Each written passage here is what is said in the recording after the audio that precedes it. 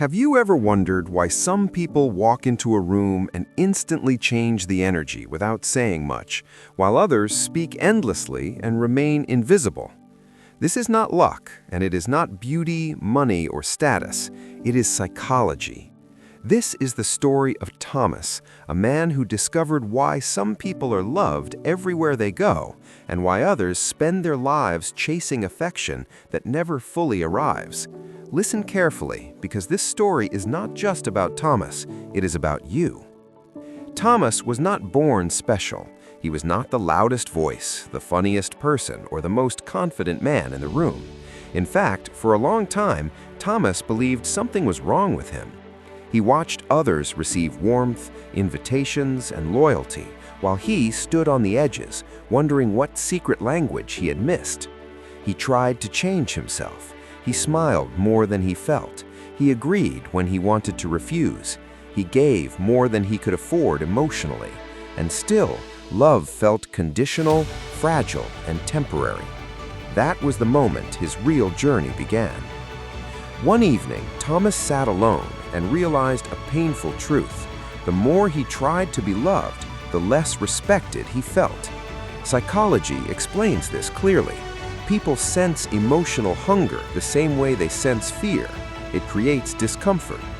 Thomas understood then that love cannot be begged for, negotiated, or performed. It must be invited. And the invitation does not come from words, but from inner alignment. From that day, Thomas stopped chasing approval and started observing human behavior deeply. As Thomas changed internally, something subtle shifted. He began to enter spaces without silently asking, "Do you like me?" Instead, he carried a calm acceptance of himself.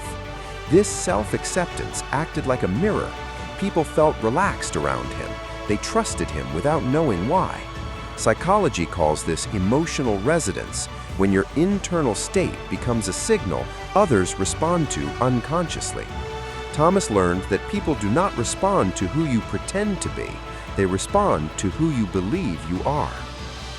Thomas also discovered something powerful about listening.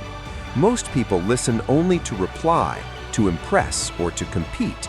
Thomas listened to understand. When someone spoke, he gave them his full attention. He didn't interrupt with his own story. He didn't rush their emotions. He allowed silence. In doing so, he made people feel seen. And when a human being feels seen, their nervous system relaxes. That relaxation becomes attachment. People left conversations with Thomas feeling lighter, even though he rarely spoke much.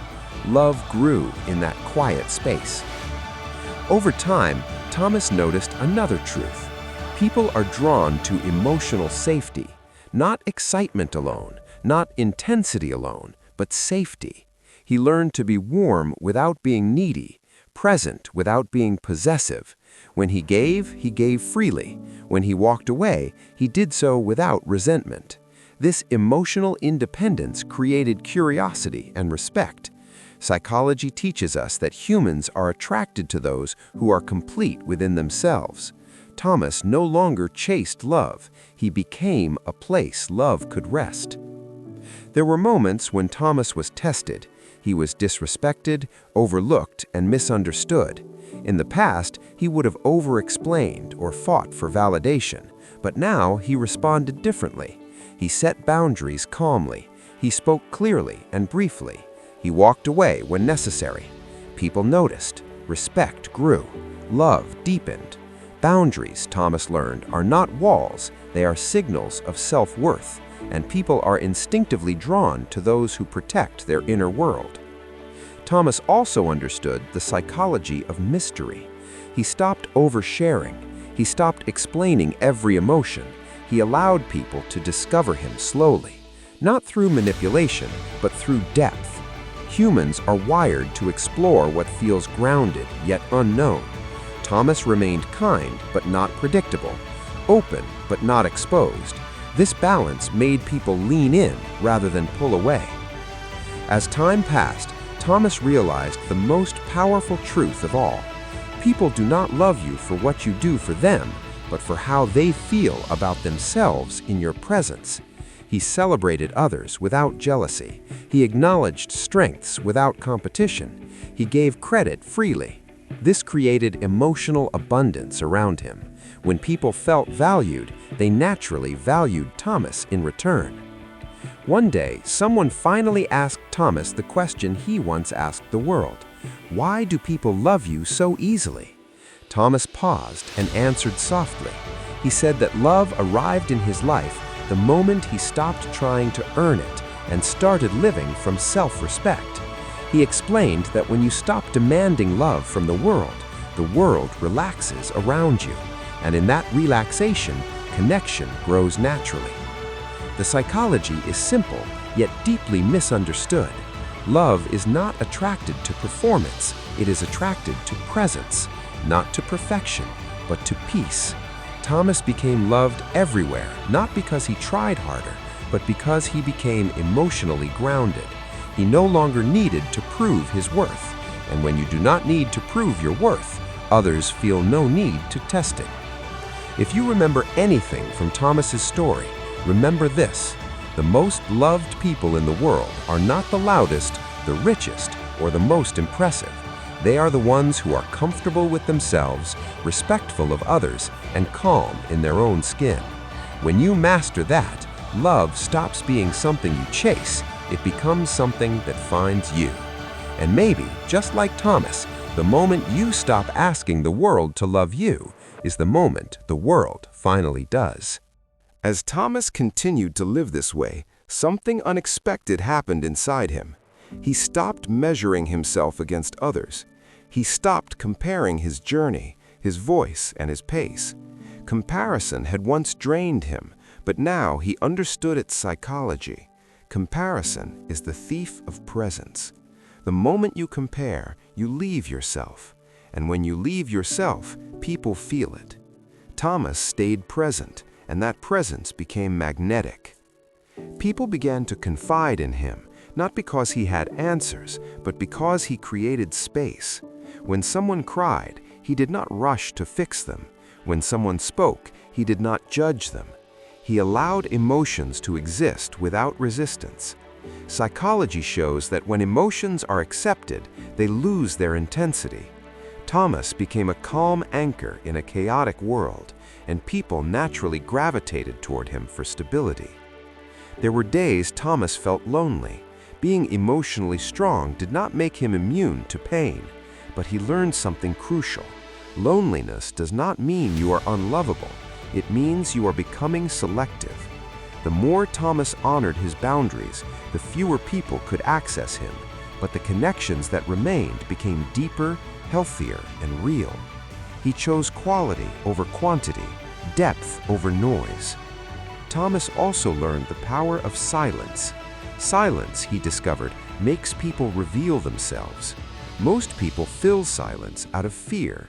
Thomas was comfortable in it. That comfort unsettled some, but fascinated many. Silence became his language of confidence. Psychology teaches us that those who are comfortable in silence are perceived as emotionally strong. Thomas never rushed energy. He let moments breathe. He understood another hidden truth. Love grows where ego shrinks. Thomas did not need to win every conversation. He admitted when he was wrong. He asked questions instead of defending opinions. People felt safe disagreeing with him, and safety breeds trust. Trust breeds affection. Love followed naturally. As his world expanded, Thomas never lost humility. He treated everyone with equal respect, the powerful and the forgotten, the confident and the insecure. Humans are deeply sensitive to hierarchy. When someone treats them as equals, their defenses fall. Thomas's kindness was not performative, it was consistent, and consistency is the foundation of emotional trust. One evening, Thomas reflected on who he used to be, the version of himself that tried to impress, explain, and exhaust himself for approval. He felt compassion, not shame. That compassion extended outward. He no longer judged those who sought love desperately because he understood the wound beneath the behavior. Understanding replaced frustration, and understanding made him gentle. Thomas realized that being loved by everyone does not mean pleasing everyone. Some people walked away, some misunderstood him, and that was okay. Psychology reminds us that not everyone is meant to stay. Love is not universal attachment, it is selective alignment. Thomas stopped fearing loss, and in doing so, he became free. As people observed Thomas, they described him in the same way, even without knowing each other. They said he felt grounding, that he felt real, that he felt safe. No one said he tried too hard. No one said he begged for attention. They simply said, "I like being around him." And that is the highest form of social success. If Thomas could speak to you directly now, he would tell you this: do not change who you are to be loved. Heal who you are, and love will meet you there. Strength is not loud. Confidence does not shout. Self-worth does not explain itself. It is felt. So if you want to be loved by everyone, begin here. Stand firmly in who you are. Listen more than you speak. Give without expectation. Protect your peace. Let people discover you slowly, and never beg for space at tables where your presence is already enough. Because when you become emotionally whole, you stop chasing connection, and connection starts recognizing you. And that is the psychology behind Thomas. As time passed, Thomas began to understand something most people never realize. Being loved by everyone is not about being present everywhere, but about being fully present wherever you are. When Thomas spoke to someone, the world disappeared. There was no phone in his hand, no distraction in his eyes, no urgency to be elsewhere. That level of presence made people feel important, and importance is one of the deepest human needs. People may forget your words, but they never forget how seriously you took their existence. Thomas also learned to regulate his emotions. He no longer reacted impulsively. When anger arose, he paused.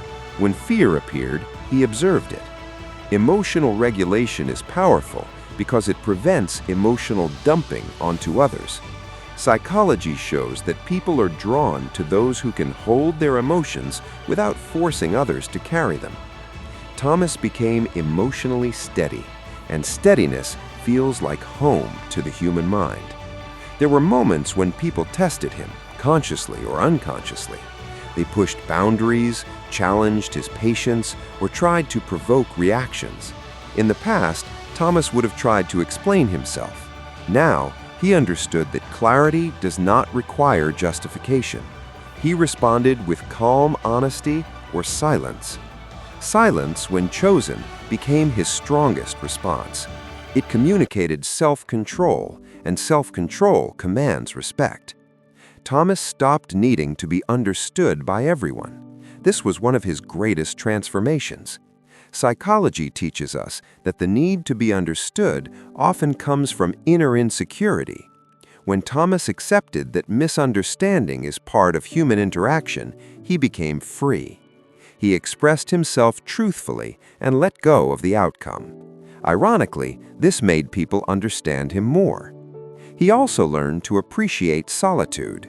Solitude was no longer loneliness, it was restoration. By enjoying his own company, Thomas removed pressure from others to complete him. People felt relief around him. They sensed that their presence was wanted, not needed. And being wanted is attractive. Being needed can feel heavy. As his influence grew, Thomas never tried to control how people felt about him. He understood that control suffocates connection. Instead, he allowed people to come and go. Those who stayed did so willingly. Psychology confirms this. Freedom strengthens bonds. Thomas loved without chains, and people stayed without being asked. At a certain point, Thomas realized that love is not something people give you. It is something they feel safe expressing around you. Safety became his gift. He did not gossip. He did not weaponize secrets. He did not judge vulnerability. People trusted him with their truth, and trust is the deepest form of affection. Thomas also practiced emotional honesty. He did not pretend to be happy when he wasn't, but he also didn't use others as emotional dumping grounds. He shared selectively, with responsibility. This balance made him authentic without being overwhelming. Psychology shows that authenticity builds connection, but emotional self-responsibility preserves it. Near the end of this journey, Thomas looked back and realized something profound. He had not become loved by everyone overnight. It happened slowly, quietly, invisibly. There was no applause, no announcement, just consistent inner alignment reflected back through human connection. Love grew naturally because it was never forced. If Thomas could leave you with one final message, it would be this: stop trying to be interesting and start being interested. Stop trying to be loved and start being at peace. Stop trying to belong and start standing fully as yourself. The world responds not to effort, but to energy. So when you walk into your next room, remember Thomas. Walk in whole. Walk in calm. Walk in respect for yourself and others. Let your presence speak before your words do, and watch how people respond. Not because you demanded love, but because you made love feel safe. And when that happens, you will realize the truth Thomas discovered long ago. The moment you stop chasing love is the moment love recognizes you.